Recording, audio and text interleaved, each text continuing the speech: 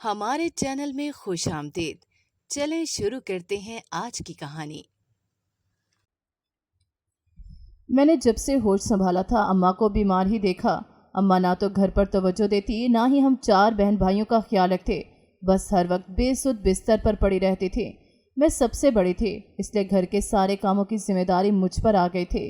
ابا دکان سے آتے تو میرے ساتھ کام کروا دیا کرتے تھے۔ یہ دیکھ کر مجھے اماں کے ساتھ ساتھ ابا پر بھی بہت غصہ آتا تھا، کیونکہ وہ اماں کو کچھ نہیں کہتے تھے، الٹا اماں ہر روز ان کے ساتھ خوب لڑائی جھگڑا کرتی تھی۔ اماں کی وجہ سے میں اپنی سہیلیوں کے ساتھ کھیل بھی نہیں پاتی تھی۔ میری ساری سہیلیاں مل جل کر طرح طرح کے کھیل کھیلتی، جبکہ میں 14 سال کی عمر میں گھر سنبھالتے تھے، اور سارے دن کام کرنے کے بعد جب اماں اور ابا کی بحث ہوتی، میرا دل کرتا اس گھر سے بہت دور چلی جاؤں، لیکن میں ہر روز ان کا جھگڑا جھیلنے پر مجبور تھے۔ لیکن کچھ دن سے اماں کچھ زیادہ ہی عجیب و غریب ہو گئی تھی۔ ابا کو دیکھتے ہی آپے سے باہر ہو جاتی۔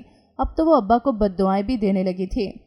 ندیم، میری دعا ہے کہ تیری بیٹی کو تیرے جیسا شوہر ملے، پھر تجھے پتہ چلے گا کسی کی بیٹی کے ساتھ اس طرح کا سلوک کرنے کا کیا انجام ہوتا ہے۔ پتہ نہیں وہ کون سی منحوس کڑی تھی جب میرا تم سے رشتہ طے ہوا تھا۔ تم سے شادی کرنے سے بہتر تھا کہ میں ساری زندگی کنواری رہتی۔ اماں جیسے ہی بد دعائیں دیتی، ابا پریشان ہو کر معافیا مانگنے لگتے اور پھر ہمیشہ کی طرح مجھے پڑوس میں بھیج دیتے۔ میں اس بات پر خوش ہو جاتی کہ پورا دن بعد مجھے کھیلنے کا موقع مل جاتا تھا۔ یہ سب ہر روز ہوتا، اس لیے میں اس وقت ہر روز ہمسائے میں رہنے والی ہم عمر سہیلی کے ساتھ کھیلنے چلی جاتی۔ حیرت کی بات تو یہ تھی کہ جب وہ گھر واپس آتی تو اماں سکون سے سو رہی ہوتی۔ ابا، یہ اماں اتنی جلدی کیوں سو جاتی ہیں، اور وہ بھی اتنی گہری نیند جیسے کسی نے بے ہوش کر دیا ہو؟ آپ ڈاکٹر انکل کو کیوں نہیں بتاتے؟ مجھے تو لگتا ہے اماں کی دوائیوں میں کچھ گڑبڑ ہے۔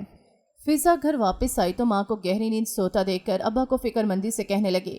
اس نے نوٹ کیا تھا کہ اماں زیادہ تر سوئی ہوئی کیفیت میں رہنے لگی تھی۔ یہی وجہ تھی کہ وہ گھر پر دھیان نہیں دے پاتی تھی۔ بیٹا، پریشان ہونے کی ضرورت نہیں، لگاتار دوائیاں کھانے کی وجہ سے تمہاری ماں پر نیند طاری رہتی ہے۔ میں نے ڈاکٹر سے بات کی تھی، ڈاکٹر صاحب نے کہا ہے کہ جتنا یہ سوئے گی اتنا اس کی صحت کے لیے اچھا ہے۔ شکیل صاحب کی بات سن کے وہ مکمل طور پر مطمئن ہو گئی۔ ویسے بھی وہ اس وقت بہت زیادہ تھک جاتی تھی، اس لیے بغیر مزید کوئی سوال کیے وہ بھی سونے کے لیے لیٹ گئے۔ شکیل، میں جلد سے جلد فضا کی شادی کر دینا چاہتی ہوں۔ میری طبیعت کے بارے میں تم بہت اچھی طرح جانتے ہو۔ خبر نہیں کب زندگی کے دن پورے ہو جائیں۔ بیٹیوں کی کوئی اتنی فکر نہیں، لیکن میں چاہتی ہوں اکلوتی بیٹی کو اپنے ہاتھوں سے بیاہ دوں تاکہ سکون سے مر سکوں۔ فریدہ کے کہنے پر ندیم نے حیرانی سے بیوی کی طرف دیکھا۔ تم پاگل ہو گئی ہو کیا؟ فضا ابھی صرف 14 سال کی بچی ہے اور تم اس کی شادی کرنے کا سوچ رہی ہو۔ میں جانتا ہوں تم یہ سب ضد میں کر رہی ہو۔ خدا را مجھے معاف کر دو، میری مجبوری کو سمجھنے کی کوشش کرو۔ میں کبھی بھی تمہیں تکلیف نہیں دینا چاہتا تھا۔ جو کچھ بھی ہوا یا ہو رہا ہے اس میں میرا قصور نہیں، میں بھی یہ سب نہیں کرنا چاہتا۔ ندیم صاحب نے اپنی شریک حیات کو سمجھانے کی کوشش کی، لیکن وہ ایسے حیرانی سے شوہر کو دیکھ رہی تھی جیسے وہ کسی اور زبان میں بات کر رہا ہو۔ یہ تم کیسی باتیں کر رہے ہو ندیم؟ میں اس کی ماں ہوں، میں اس کے بارے میں برا کیوں سوچوں گی؟ اور تم یہ کیسی باتیں کر رہے ہو؟ مجھے معاف کر دو وغیرہ وغیرہ۔ مجھے تم سے کوئی شکوہ نہیں ہے، تم ایک بہت اچھے خیال رکھنے والے شوہر ہو۔ تمہارے ظرف کو سلام، تم نے مجھ جیسی بیمار عورت کے ساتھ خوش اسلوبی سے پوری زندگی گزار دی۔ میں چاہ کر بھی تمہارا احسان کا بدلہ نہیں دے سکتی۔ شکوہ تو مجھے خود سے ہے، میری وجہ سے تمہاری پوری زندگی پریشانیوں میں گزر گئی۔ نہ تو میں تم پہ دھیان دے سکی، نہ ہی بچوں کا اس طریقے سے خیال رکھا جیسے ہر ماں رکھتی ہے۔ فریدہ کی باتیں سن کر ندیم کو ذرا بھی حیرت نہیں ہوئی۔ وہ ایسی ہی تھی، پل میں تولا پل میں ماشا۔ کبھی تو اسے بد دعائیں دے رہی ہوتی تھی اور کبھی اس سے معافیاں مانگنے لگتی۔ ندیم کو اس کے بدلتے رویوں سے کچھ خاص فرق نہیں پڑتا تھا۔ وہ بس کسی بھی طرح اپنا مقصد پورا کر لینا چاہتا تھا، اور اپنے مقصد کو پورا کرنے کے لیے اسے بہت تحمل سے چلنا تھا۔ کسی بھی قسم کی جلد بازی اس کا بنا بنایا کھیل بگاڑ سکتی تھی۔ اسے فریدہ پر غصہ تو بہت آتا تھا، آخر وہ بھی انسان تھا، لیکن اب اسے اپنا غصہ کنٹرول کرنے کی عادت ہو گئی تھی۔ فریدہ، میں جانتا ہوں تم ٹھیک کہہ رہی ہو، لیکن ابھی فضا کی شادی کرنا مناسب نہیں ہے۔ ابھی تم نے خود ہی کہا کہ تم گھر نہیں سنبھال سکتی۔ اگر فضا کی بھی شادی ہو گئی تو گھر اور تمہیں کون سنبھالے گا؟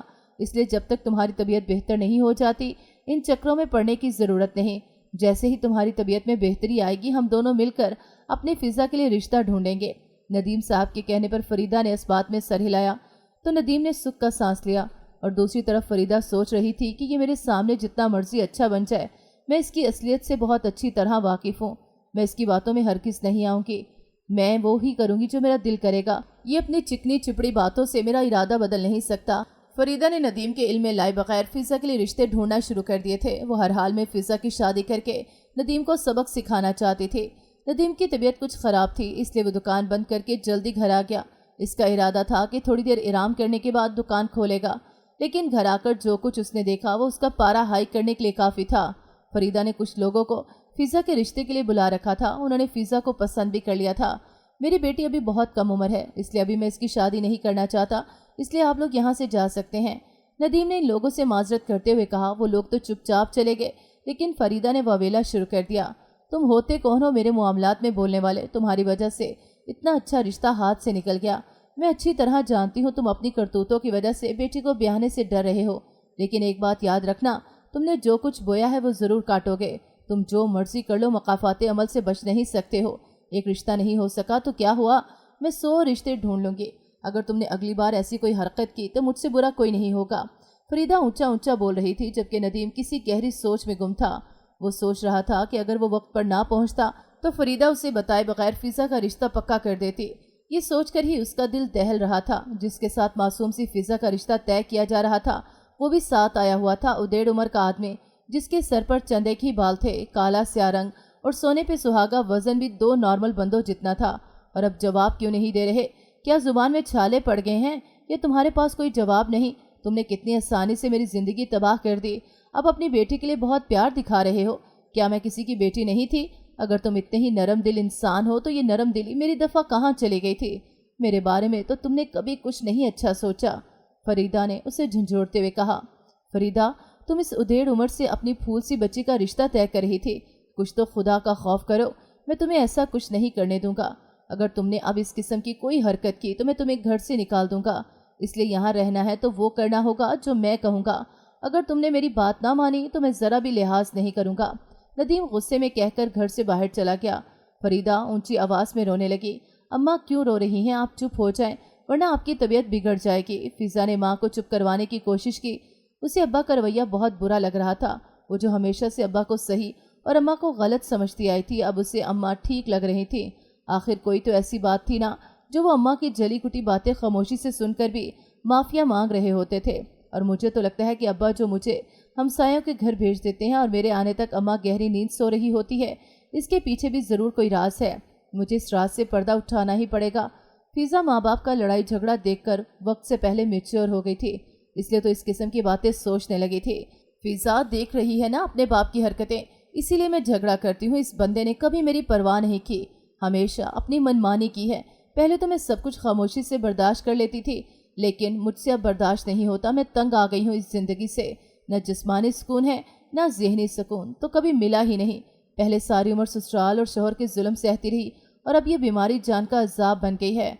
माँ की बात सुन के फिजा सोचने लगी, अम्मा बिल्कुल ठीक कह रही हैं। आज उसने अपनी आंखों से अब्बा को माँ से बदतमीज़ी करते हुए देखा था और फिर उससे लग रहा था कि अम्मा की गहरी नींद के पीछे ज़रूर अब्बा ही की कोई कारस्तानी है। अम्मा मेरी बात सुने, आपने मुझे आज तक ने ये नहीं बताया कि आपको आखिर बीमारी क्या है। मैंने अब्बा से भी बहुत बार पूछने की कोशिश की, लेकिन वो मुझे बताते ही नहीं, हमेशा टाल देते हैं। आपने भी कभी नहीं बताया। फिजा के कहने पर फरीदा गुस्से से उसकी तरफ देखने लगी।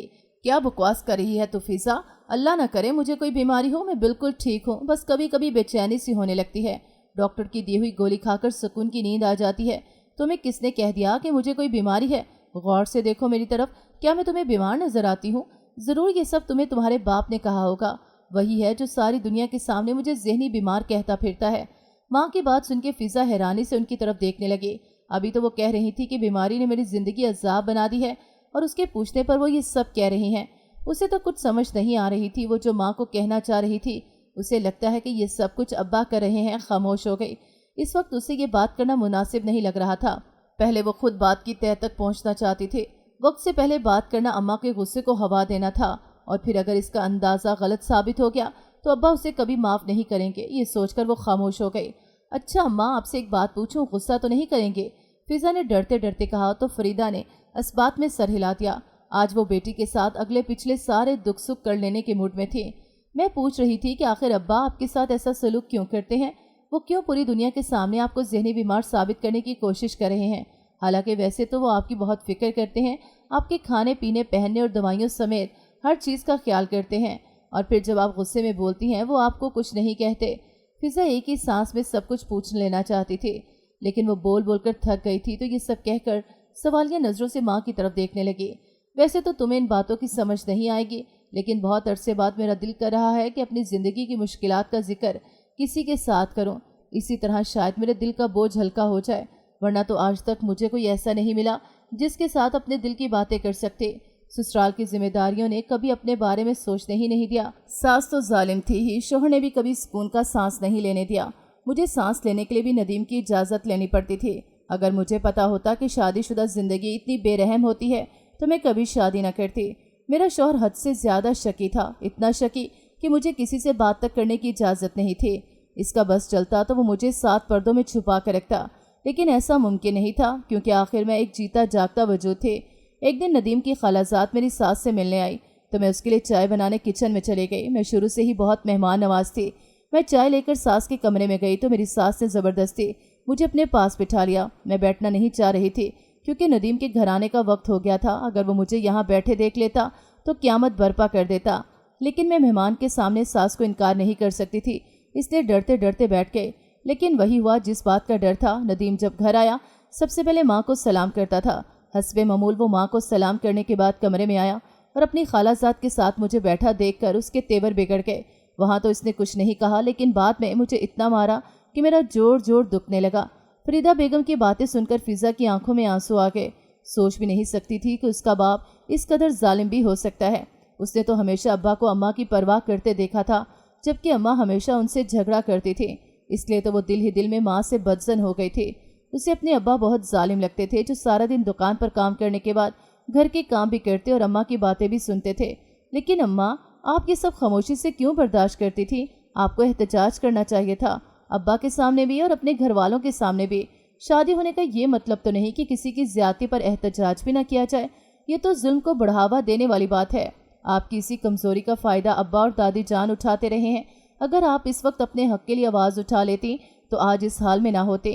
फिजा ने माँ के आंसू साफ करते हुए करब से कहा, तुम ठीक कह रही हो। अगर उस वक्त मैं हौसला कर लेती तो आज खुशहाल जिंदगी गुजार रही होती, लेकिन मैं बहुत मजबूत थे, इसलिए खुशी खुशी अपनी खुशियों की कब्र खोद कर सारी खुशियाँ दफना दी। मैं नदीम की मार खा कर भी अपने लिए कुछ नहीं कर सकती थी, क्योंकि मेरी बेवा माँ ने बहुत मुश्किल से मेरी शादी की थी। अगर इस सब के बारे में उन्हें पता चल जाता तो वो इकलौती बेटी की हालत देखकर सदमे से मर ही जाती। उन्हें दिल की तकलीफ थी, इसलिए मैंने कभी उनसे कोई बात नहीं की। मैं हमेशा उन्हें बहुत खुश हूँ कहकर मुतमईन कर दिया करती थी।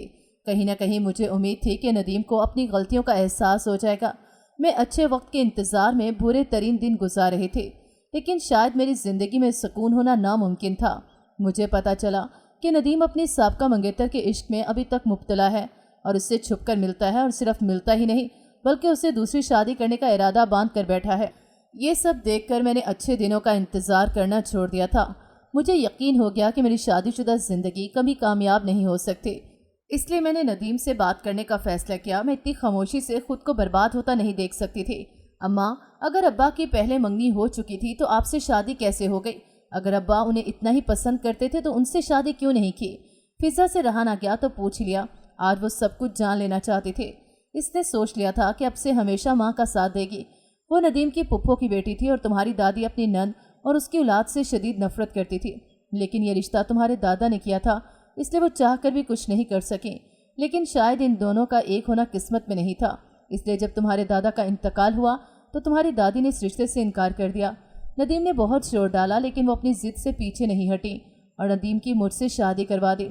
नदीम ने माँ की ज़िद की वजह से शादी कर तो ली, लेकिन उसे मुझ में ज़रा भी दिलचस्पी नहीं थी। वो चाहता था कि मैं किसी तरह उसे छोड़कर चली जाऊं, ताकि इस पर कोई बात ना आए और इसका काम भी आसान हो जाए। दिल तो मेरा भी यही करता था कि इस घर को छोड़कर बहुत दूर चली जाऊं, लेकिन मैं मजबूर थी, इसलिए ऐसा कुछ ना कर सकी। यही वजह थी कि नदीम की मुझसे नफरत बढ़ती जा रही थी। मेरे साथ उसका रवैया बद से बदतर हो गया था, लेकिन मैं भी ठीक बनकर सब कुछ खामोशी से बर्दाश्त कर रही थी, और मेरी खामोशी नदीम का गुस्सा बढ़ाती जा रही थी। मुझसे तो उसे नफरत थी ही, लेकिन अपने बच्चों से भी ज़्यादा मोहब्बत नहीं थी। मैंने अपनी ज़िंदगी तो जैसे तैसे गुजार ली थी, लेकिन मैं अपने बच्चों के साथ ये सब कुछ होता हुआ नहीं देख सकती थी। इसलिए अब मैंने नदीम के साथ सवाल जवाब करने शुरू कर दिए। मैं उससे बच्चों में इस कदर उलझा देना चाहती थी कि वो अपनी आशिकी भूलकर घर पर ध्यान देने लगे। मेरी कोशिशों से वो मुझ पर ना सही लेकिन घर और बच्चों पर थोड़ा बहुत ध्यान देने लगा था। मैं इसी में खुश थी क्योंकि मुझे खुद से ज़्यादा अपने बच्चों की परवाह थी। लेकिन ये मेरी खामख्याली थी कि नदीम बच्चों के लिए खुद को बदल रहा है। ये सब कुछ एक प्लानिंग के मुताबिक कर रहा था। तुम्हारी दादी का इंतकाल हुआ तो नदीम को अपनी साबका मंगेतर से आशिकी झाड़ने का मौका मिल गया। उसने तुम्हारी दादी की वजह से अब तक शादी नहीं की थी, इसलिए नदीम अब हर हाल में उससे शादी करना चाहता था। लेकिन मसला ये था कि तुम्हारी दादी अपनी सारी जायदाद मेरे नाम कर देगी, क्योंकि वो जानती थी कि नदीम उनके मरने के बाद फौजिया से शादी ज़रूर करेगा। इसलिए अगर नदीम दूसरी शादी कर लेता तो इस घर से हाथ धो बैठता। ठीक कानूनी तौर पर वो अपनी दूसरी बीवी को इस घर में नहीं रख सकता था, और इसका कारोबार इतना अच्छा नहीं था कि दूसरी बीवी को अलग घर लेकर देता। यही वजह थी कि वो चाह कर भी दूसरी शादी नहीं कर सकता था, क्योंकि दुकान भी मेरे नाम पर थी। मैंने उसे साफ लफ्ज़ों में कह दिया था, शादी करनी है तो कर लो, लेकिन फिर घर और दुकान की तरफ आंख उठाकर भी न देखना। मैं अपने बच्चों को खुद ही पालूंगी। फिर उसने ऐसा किया जिसका मैं तसव्वुर भी नहीं कर सकती थी। वो मुझे ज़हनी तौर पर माजूर करने के लिए नशा और अद्वियात देने लगा। इसकी प्लानिंग थी कि मुझे पागल साबित करके वो घर और दुकान पर अपनी मलकियत साबित कर सकता है। इस तरह बच्चों को, घर को सब पालने के नाम पर उसे दूसरी शादी की इजाज़त अदालत से मिल सकती थी। नशावर अद्वियात की वजह से मैं हर वक्त सोती रहती थी। नदीम ने मेरी रिपोर्ट अदालत में जमा करवाई और दूसरी शादी की इजाज़त ले ली। इस तरह फौजिया शादी करके इस घर में आ गई। मैंने ये देखकर बहुत शोर मचाया, लेकिन सब ने मुझे पागल समझ के नज़रअंदाज कर दिया। कोई भी मेरी बात पर यकीन करने को तैयार नहीं था। ये सब देखकर मुझे इतना सदमा हुआ कि मैं बिल्कुल ही खामोश हो गई। हर वक्त गुमसुम कमरे में पड़ी रहती थी। कोई खाना देता तो खा लेती, अगर खाना ना भी मिलता तो इसी तरह सो जाती थी। ये कहकर फरीदा एकदम खामोश हो गई। गुजरे दिनों की तकलीफ उसके चेहरे पर रक्स कर रही थी। वो लंबे लंबे सांस लेकर खुद को पुरसुकून करने की कोशिश करने लगी, क्योंकि पुराने जख्म जब उधड़ते हैं तो हद से ज़्यादा तकलीफ पहुंचाते हैं। वो भी इस वक्त शदीद तकलीफ में मुब्तला नजर आ रही थी। अम्मा, फिर वो फौजिया आंटी कहाँ गई? मैंने तो जब से होश संभाला उन्हें कभी नहीं देखा। क्या अब्बा उनसे भी लड़ते रहते थे? फिजा ने एक बार फिर डरते डरते पूछा। मुझे क्या पता कहाँ गई, मैंने तो खुद कभी फौजिया को नहीं देखा। फरीदा के कहने पर फिजा ने हैरानी से माँ को देखा।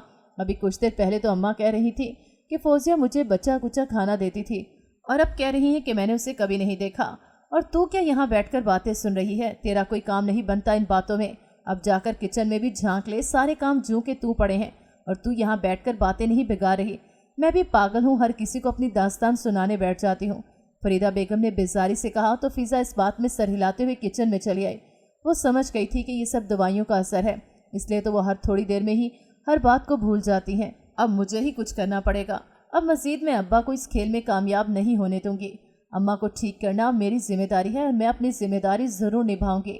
फिजा काम करने के साथ साथ मंसूबे भी बनाती जा रही थी। शाम को अब्बा घर आए तो हस्बे मामूल इन दोनों की बहस शुरू हो गई। हमेशा की तरह अब्बा ने इसे हमसायों के घर भेज दिया। वो पेट दर्द का बहाना करके छत के जरिए अपने घर वापस आ गई। अगर दरवाजे से आती तो अब्बा को पता चल जाता, और वो नहीं चाहती थी कि उन्हें इसके घर मौजूद होने का पता चले। वो आहिस्ता आहिस्ता कदम उठाती इस कमरे के सामने आकर खड़ी हो गई, जहां अम्मा बेसुध लेटी थी। उसने एहतियात से कमरे में झांका तो कमरे में फरीदा बेगम के अलावा कोई नहीं था। वो आंखें मूंद कर लेटी थी।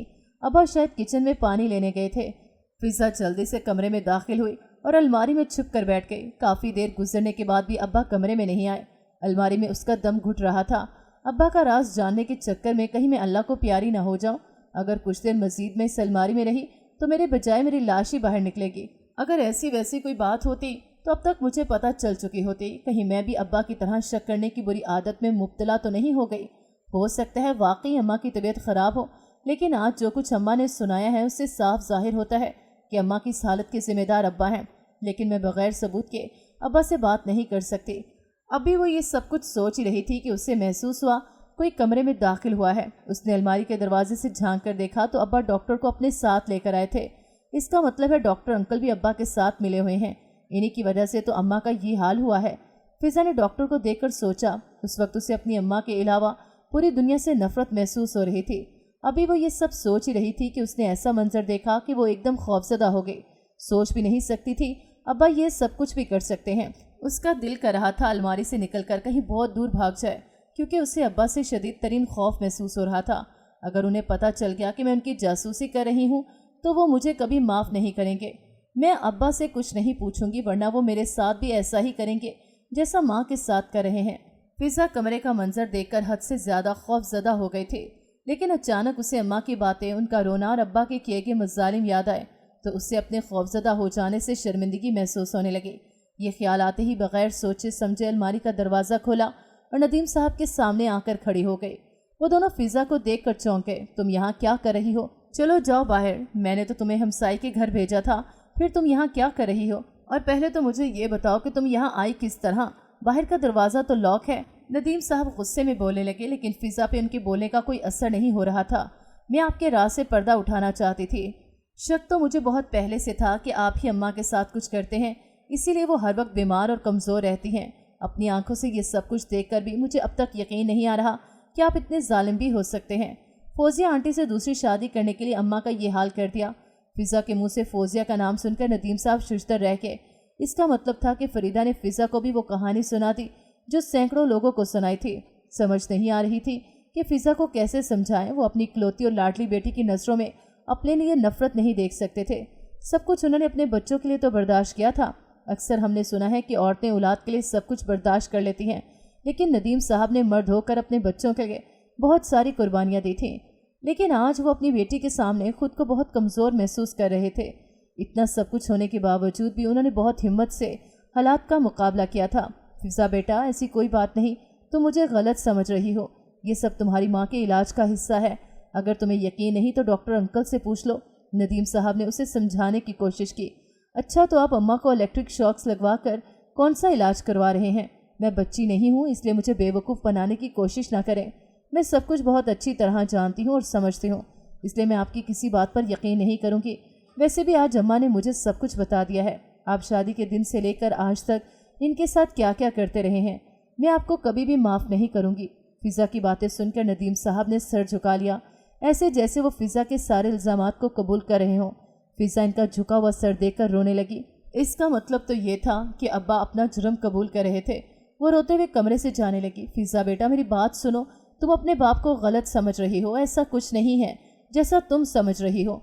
डॉक्टर अंकल ने उससे कहा, तुम्हारी माँ को एक ऐसी बीमारी है जिसमें इंसान खुद से ही किरदार और वाक़यात तख्लीक कर लेता है। तुम्हारी माँ ने भी खुद ही फौजिया का किरदार तख्लीक कर लिया और ख़ुद को मजलूम तस्वर करने लगे। नदीम ने मुझसे मशवरा किया तो मैंने उसे तजवीज़ दी कि वो उसे मोहब्बत से समझाने की कोशिश करे, क्योंकि इस बीमारी की शुरुआत में अगर मरीज़ को तवज्जो और मोहब्बत दी जाए तो इंसान के ठीक होने के बहुत चांसेस होते हैं। पहल नदीम ने उसे बहुत समझाने की कोशिश की। इसका हद से ज़्यादा ख्याल रखा। वो भाभी के मुंह से निकले हर बात पूरी करता था, लेकिन इस सब का कुछ ख़ास असर नहीं हुआ, क्योंकि भाभी खुद में बेहतरी लाना नहीं चाहती थी। वो आसपास के लोगों को फौजिया नामी तख्लीकी किरदार के बारे में बताकर खूब हमदर्दियाँ समेट रही थी, लेकिन नदीम कमाल ज़र्फ़ का मुजाहरा कर रहा था। उससे इस बात से कोई मतलब नहीं था कि कोई इसके बारे में क्या सोच रहा था। वो सिर्फ ये चाहता था कि किसी तरह फरीदा ठीक हो जाए, लेकिन फरीदा ठीक होने के लिए किसी भी किस्म का कोई तावन नहीं कर रही थी, इसलिए इसका मर्ज बढ़ता जा रहा था। वो नदीम के नादीदा मुजालिम का ववेला करके उसे बद्दुआएं देने लगी थी, लेकिन नदीम गुस्सा करने की बजाय उल्टा उससे माफ़िया मांगने लग जाता, क्योंकि वो नहीं चाहता था कि फरीदा के जहन पर किसी भी किस्म का दबाव आए। ये उसके लिए बहुत नुकसानदेह हो सकता था, लेकिन नदीम की सारी कोशिशें बेकार हो गईं। फरीदा का मर्ज कम होने की बजाय बढ़ता जा रहा था। ये देखकर मैंने प्रॉपर ट्रीटमेंट करने का फ़ैसला किया। मुझे उम्मीद थी कि दवाइयाँ खाने से फरीदा की हालत में बेहतरी आ जाएगी। हमने पहले दवाइयाँ देना इसलिए नहीं शुरू की क्योंकि ये दवाई खाने से इंसान जागता कम और सोता ज़्यादा है, ताकि मरीज़ को ज़हनी सुकून मैसर आ सके और वो एक नॉर्मल इंसान की तरह भी करने लगे। ये कोर्स 3 माह का था। मुझे उम्मीद थी कि इससे भाभी की सेहत में बेहतरी ज़रूर आएगी, लेकिन मैं इस बार भी गलत साबित हो गया, क्योंकि बजाय ठीक होने के भाभी की तबीयत भी बिगड़ती जा रही थी। इसकी वजह यही थी कि भाभी हमारे साथ तावन नहीं कर रही थी। जहनी बीमारियों का तब तक इलाज मुमकिन नहीं जब तक कि मरीज़ खुद ठीक होने की कोशिश न करे। इस बार भी भाभी की तबीयत में कोई बेहतरी नहीं आई तो मैंने नदीम को इलेक्ट्रिक शॉक से मशवरा दिया। इससे फरीदा के ठीक होने के 90% चांसेस थे, वरना तो भाभी पागल भी हो सकती थी। ऐसी सूरत में उन्हें पागल खाने भेजना ज़रूरी हो जाता, क्योंकि अब वो अपने इर्द गिर्द रहने वालों के लिए ख़तरनाक होती जा रही थी। लेकिन ये मशवरा सुनते ही नदीम ने इनकार कर दिया। मैं फरीदा को तकलीफ़ में नहीं देख सकता। अगर उससे भी फ़र्क ना पड़ा तो हम क्या करेंगे? मेरा ख्याल है कि अभी हमें दवाइयों से ठीक होने का इंतज़ार करना चाहिए। अगर 3 महीने में दवाइयाँ लेने से कोई फ़र्क नहीं पड़ा तो हम 3 महीने का एक और कोर्स कर लेते हैं। मुझे यकीन है कि इस बार सब कुछ ठीक हो जाएगा। नदीम के कहने पर मैंने इस बात में सर हिला दिया, क्योंकि मैं नदीम की इजाज़त के बगैर कोई कदम नहीं उठा सकता था। भाभी को 3 माह मजीद दवाइयाँ दी गई, लेकिन इस बार भी उसमें कोई बेहतरी नहीं आई। ये देखकर नदीम ने आफ्टर शॉक्स वाले ऑप्शन पर अमल करने का फैसला कर लिया। वो किसी भी कीमत पर फरीदा को ठीक करना चाहता था। नदीम के कहने पर मैंने भाभी को अस्पताल दाखिल करवाने का कहा तो उसने ये कहकर इनकार कर दिया कि मैं नहीं चाहता कि दुनिया फरीदा को पागल कहे, इसलिए हम इसका इलाज घर पर ही करेंगे। बच्चों को मैं खुद ही संभालूंगा। बस फिर हमने भाभी का इलाज घर में करना शुरू कर दिया। ये नदीम के कामल यकीन और सब्र का नतीजा था कि भाभी की तबीयत में बेहतरी आने लगी। इनकी रिपोर्ट के मुताबिक वो बहुत जल्द इस बीमारी से छुटकारा हासिल कर लेंगी, क्योंकि वो 80% इस बीमारी को शिकस्त दे चुकी हैं। इंशाल्लाह वो बहुत जल्द मुकम्मल तौर पर सेहतयाब हो जाएंगी। डॉक्टर अंकल की बातें सुनकर फिजा दंग रह गई। उसे समझ नहीं आ रही थी कि अपने अजीम बाप से किस तरह माफ़ी मांगे। जज्बात में आकर वो उन्हें बहुत बातें सुना चुकी थी। बेटा, तुम्हारी कोई गलती नहीं, बस हालात ही ऐसे बन गए थे कि तुम गलत फहमी में मुब्तला हो गई। मुझे तुमसे कोई शिकवा नहीं है, बल्कि मुझे तो फ़ख्र है। मेरी बेटी इतनी मजबूत है कि अपने इर्द गिर्द कुछ भी बुरा होता देखती है तो इसके खिलाफ आवाज़ बुलंद करती है। नदीम साहब ने आगे बढ़कर इसके सर पर हाथ रखते हुए कहा तो वह रोते हुए उनके गले लग गई। असल में तो उसे अपने बाप पर फ़ख्र महसूस हो रहा था, जिनकी वजह से उसे सेहतमंद और ज़िंदगी से भरपूर माँ मिलने वाली थी, क्योंकि वो हमेशा से फरीदा बेगम को ऐसे रूप में देखना चाहती थी। नाज़रीन, अगर आपको हमारी कहानी अच्छी लगी है तो वीडियो को लाइक करें, शेयर करें और हमारे चैनल को सब्सक्राइब करें। अगली वीडियो तक इजाज़त दें। अल्लाह हाफ़िज़।